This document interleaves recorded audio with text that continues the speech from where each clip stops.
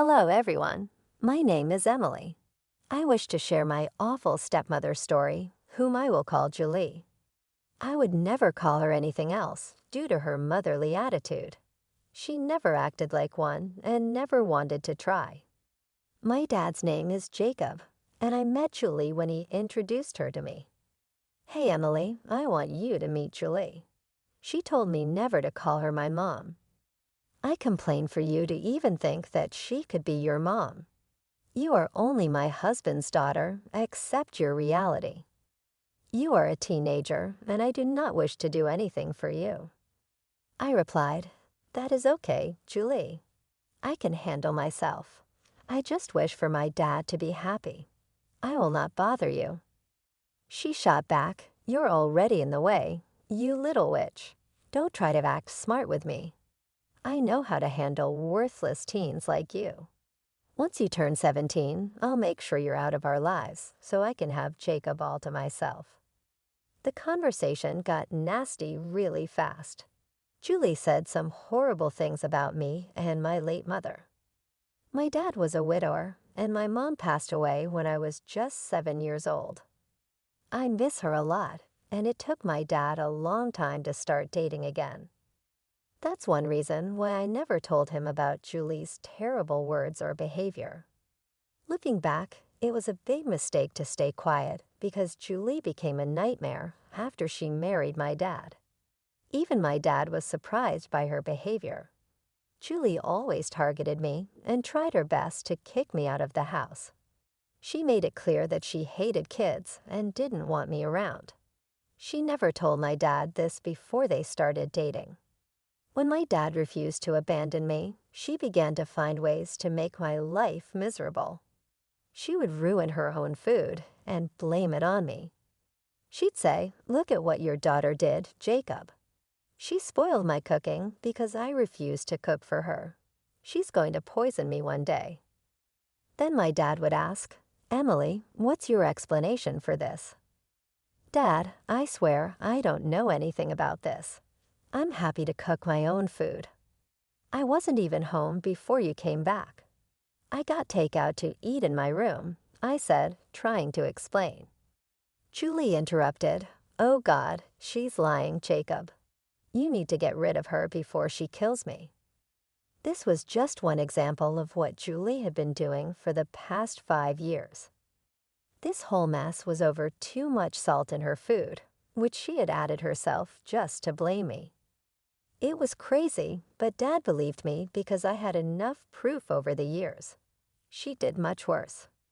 She cut off my phone connection, locked me out of the house for 8 hours, took my car keys on the day of an important test, and even threw away a project I had worked on for a week. Dad tried his best to make Julie understand that her actions were not okay, but she never listened. She would act nice for a few days, and then do something terrible again. By the time Julie had been with us for a year, I got a job and started paying for my own things. I wanted to avoid any interference from her in my life. Dad was upset, but I told him it was good for me to have my own money. I didn't want him to feel guilty. Julie, being a stay-at-home wife, considered Dad's money as her own and didn't want to spend much on me, not even for basic needs. I tried to stay out of her way as much as possible, hoping she'd leave me alone. But she never got the hint and kept bothering me. She was determined to get rid of me from her life and the house, but she had no idea what was coming. The big drama happened a few weeks after my 17th birthday.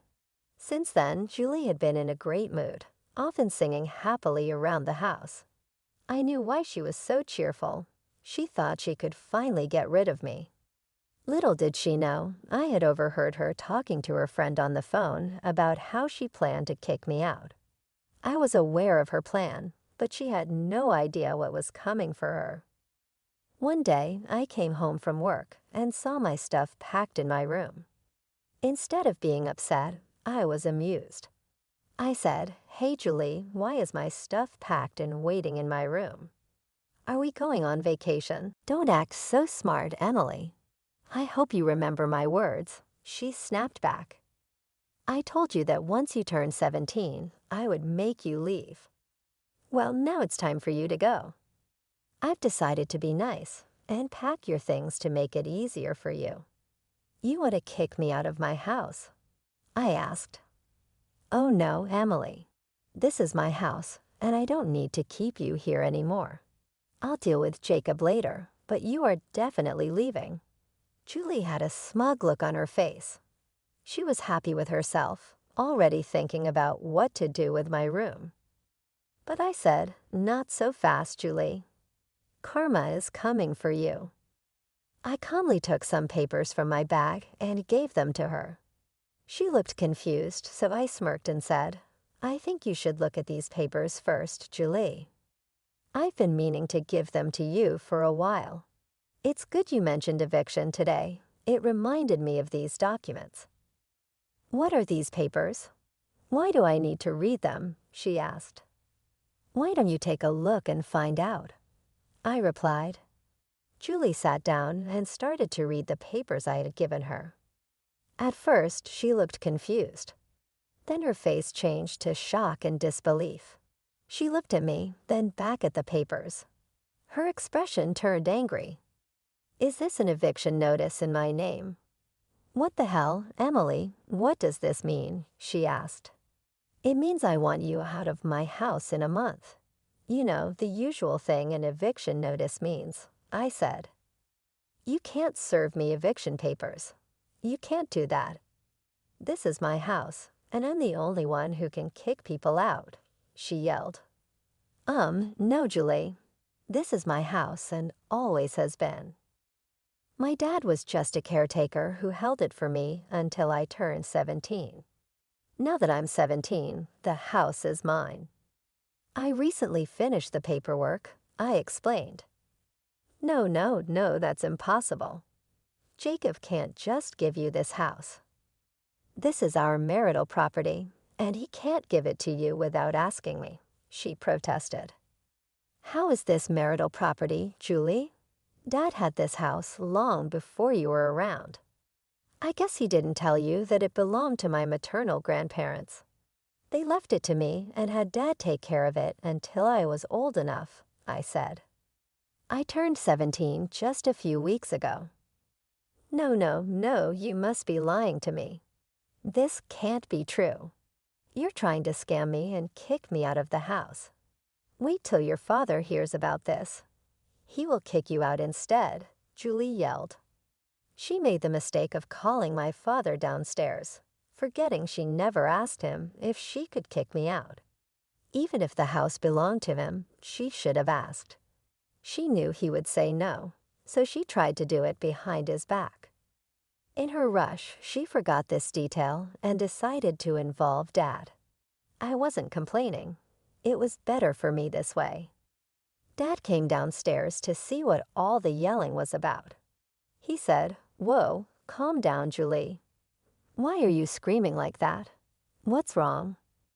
Why wouldn't I be screaming? Your daughter is making wild claims again.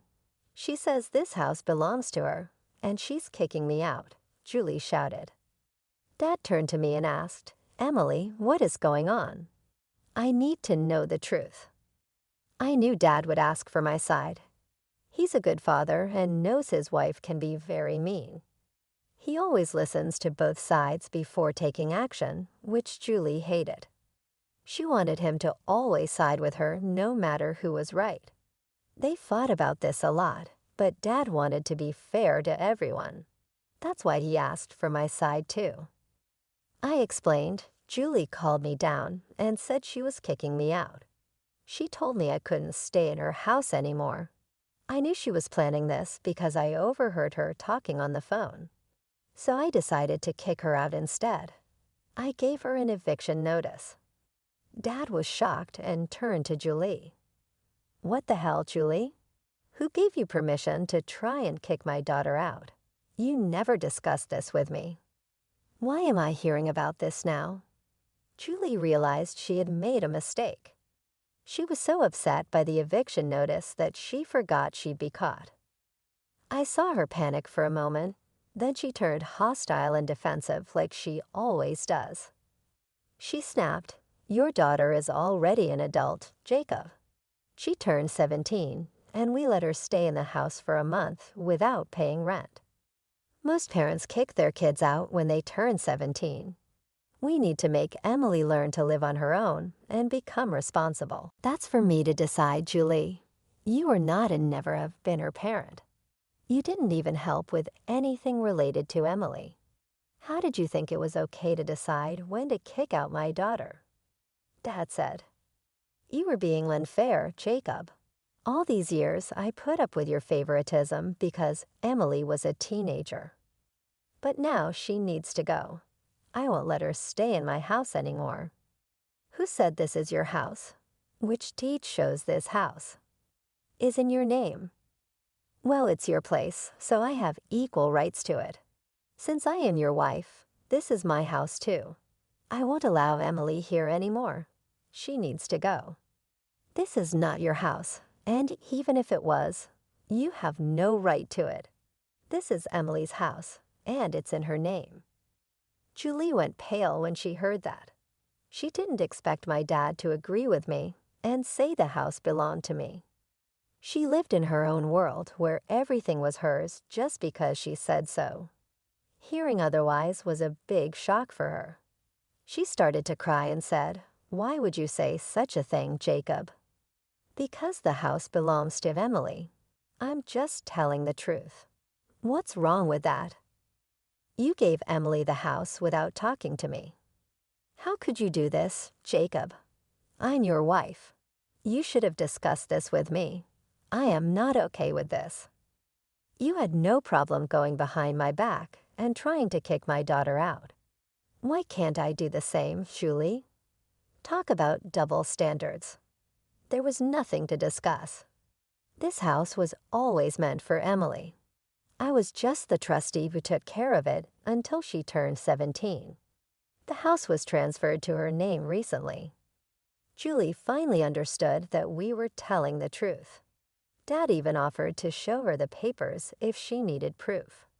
She was in too much shock to say anything coherent. She just said, "You deceived me, Jacob. I thought the house was yours. You lied to me. This is not fair." "I never lied to you, Julie. You never asked whose house this was. When we got married, we signed a prenup that said our personal assets stay personal." "Oh my God, this can't be true." "You should have told me, Jacob. Now Emily is throwing us out. Look at how ungrateful your daughter is, Jacob." "I'm not throwing you out, Julie. That's just for you. You won't get to live in my house anymore. I might have let you stay, but after you tried to kick me out, I changed my mind. You're the one who has to leave. If you kick me out, your dad will follow too. We're a couple. He won't leave his wife." My father laughed out loud. He had been thinking about leaving Julie for a while, but he wasn't sure. Today made the decision easy for him. He said, "Actually, no, Julie. I'm not following you. I will stay here and take care of my daughter. I've been thinking about divorce for a while, and what you did today sealed the deal. I'll be filing tomorrow. Be ready for it." "Wait, are you going to divorce me? You want to leave me for your daughter? You can't do that." "Yes, I can, Julie. Did you think I'd forgive you for tormenting my daughter for 4 years? Absolutely not. I thought you might change, but I see now you'll always be toxic. I don't want someone like that in my or my daughter's life." Julie stepped back as if she had been hurt. She never expected a divorce so soon. My dad is usually a quiet man who doesn't do anything drastic. This was very unlike him. He was mad, and you could see it on his face. He didn't shout, but his tone showed how angry he was. This made Julie even more anxious. She started arguing with my dad, and I decided to leave them and go to my room. Dad and Julie fought for an hour, with Julie shouting and crying while my father calmly explained his reasons. After the argument, Dad came to my room. He seemed a bit sad and wouldn't look me in the eye. He sat down and said, "Emily, I know I need to apologize to you." "I'm sorry, dear. I should have done a better job of protecting you from Julie. I thought being fair and avoiding fights would make things better. I was wrong and made things worse for you. You have to apologize. Dad, I know you loved Julie, and she wasn't like this when you married her. People change, and it can take time to understand these changes. Wow, you've really grown up. I wish I had handled things differently. I brought a mad woman into our lives. Well, what's done is done. I forgive you, Dad. You tried your best, and I'm not upset. Do you really want to divorce Julie?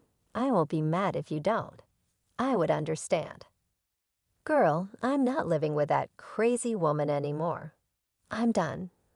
Her true colors shocked me too much to act sooner. I don't want her in my life anymore. I had a feeling something was wrong with Julie, which is why I made the prep. I was worried she'd mess up your future and cause money problems, so I thought this was the best way.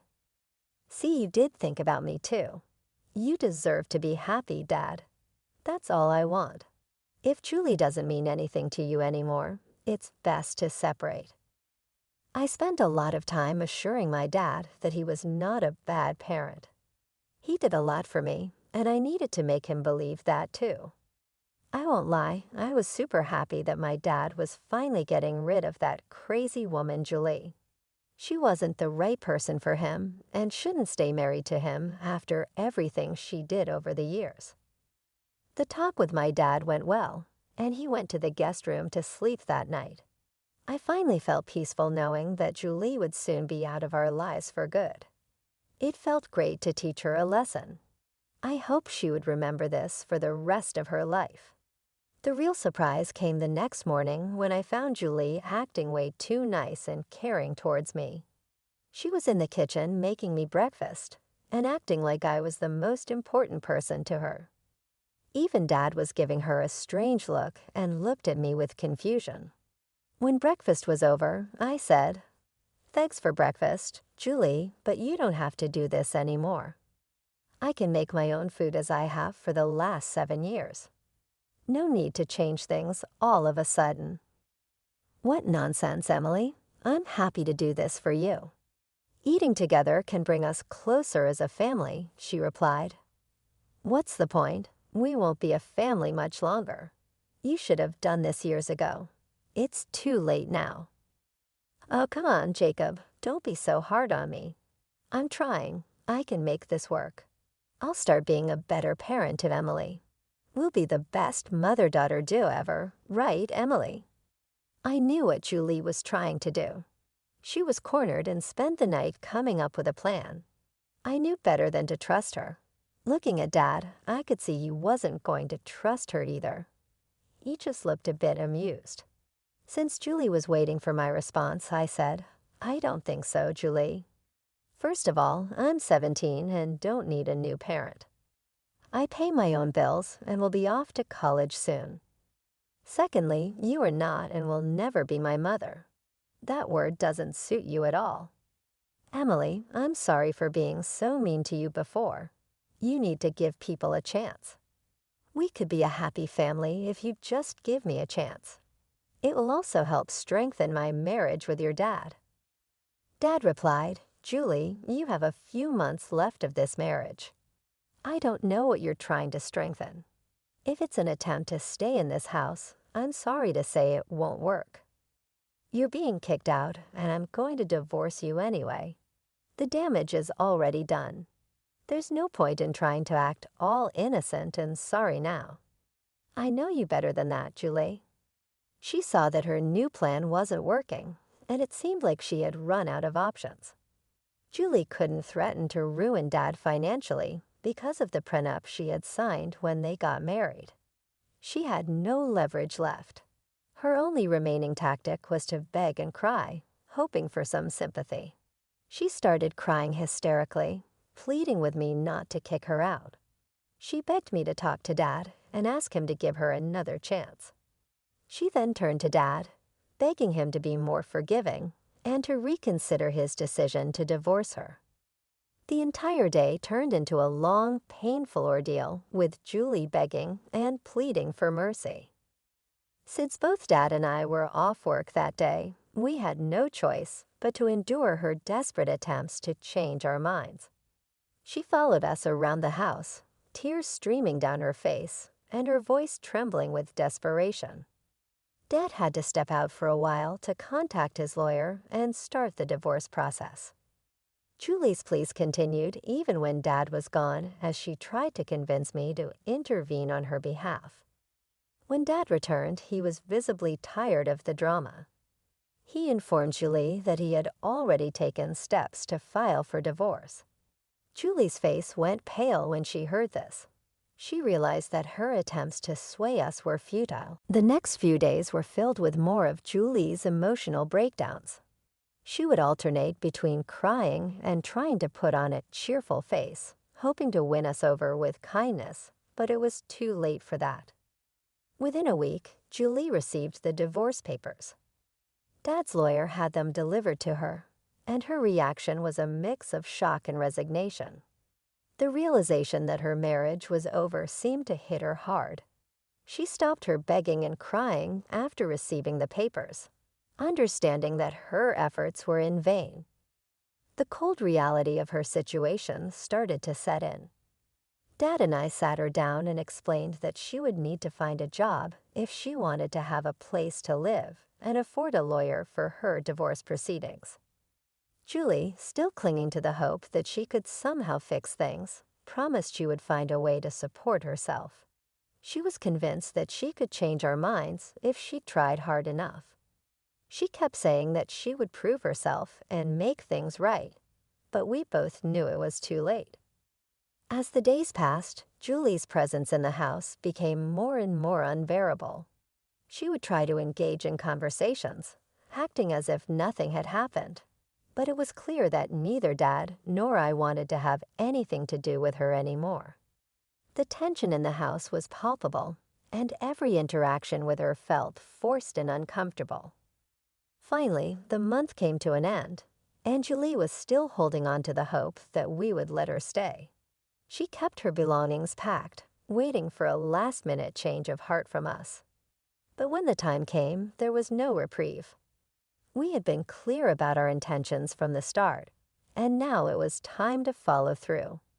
Julie was given a firm deadline to leave the house. Dad and I stood by watching as she gathered her things.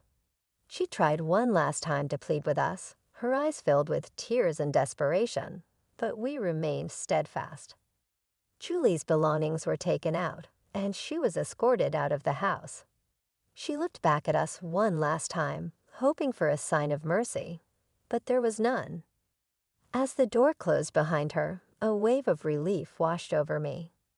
The house felt lighter, freer, without the constant tension and negativity that Julie brought. Dad and I shared a moment of quiet understanding, knowing that this was the right decision. We had endured enough, and now it was time to move forward, leaving Julie and her manipulations behind. She made a fuss when we told her to leave, but after Dad threatened her with more legal trouble, she left crying. I heard she moved in with a friend because her own family doesn't want her around anymore. When she left, she took all the negativity with her, and the house finally felt like home again. It's been more than 3 years since all this happened. I'm now in college, which is conveniently close to home. Dad successfully divorced Julie and has started dating again. He says he's not looking to settle down, but just wants some companionship from time to time. Life at home has been peaceful since Julie left, and Dad and I have grown closer. We often laugh about the drama that once filled our lives and how much better things are now. As for Julie, the last I heard, she moved into a small flat with several roommates. She's struggling to make ends meet because she doesn't have many skills or qualifications. Julie is working a minimum wage job and is just barely getting by. She's living a very different life from the one she tried to control in our house. I saw her from a distance at a grocery store a few months ago. She looked worn out and seemed to have aged a lot. Her hair was messy, and she had dark circles under her eyes. She looked nothing like the confident woman who tried to take over our lives. It was clear that life had taken its toll on her, and she was no longer the powerful person she once pretended to be. Seeing her like that made me realize that karma had caught up with her. She tried to manipulate us and take control, but in the end, she ended up with nothing. I couldn't help but feel a sense of relief, knowing that she was no longer a part of our lives and that we were finally free from her negativity. The house, once filled with tension and arguments, now felt warm and welcoming. My dad and I have been able to move on with our lives. We often talk about how much better things are now and how grateful we are to have each other.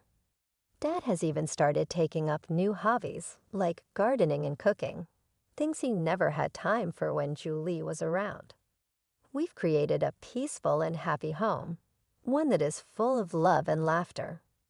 Julie's departure has been a blessing for both of us and has allowed us to rebuild our lives and focus on what truly matters. We no longer have to deal with her constant drama and manipulation.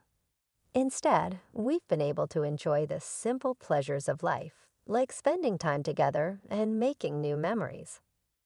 As for Julie, I hope she has learned from her mistakes. Life has not been easy for her, and I believe that she has finally realized that you can't build happiness on lies and deceit. The last time I heard anything about her, she was still struggling to make ends meet and living a very difficult life. She's working hard to survive, and I think she has finally understood the consequences of her actions. I don't wish anything bad on her. I hope that she can find a way to turn her life around and learn to live with honesty and integrity. Perhaps the struggles she's facing now will teach her valuable lessons and help her become a better person in the end. Everyone deserves a chance to change and improve their lives. Looking back, I'm grateful for the challenges we faced. They made us stronger and brought us closer together. My dad and I have become a great team, and we've learned to appreciate each other even more. We've built a life filled with love, respect, and understanding, and for that, I am truly thankful. Julie's story serves as a reminder that trying to hurt others and take what isn't yours will only lead to your own downfall. It's important to live a life of kindness, honesty, and respect for others. I hope Julie has found some peace in her new life and has learned from the mistakes she made. As for us, we are happier than ever, and we know that no matter what challenges come our way, we can face them together with strength and love.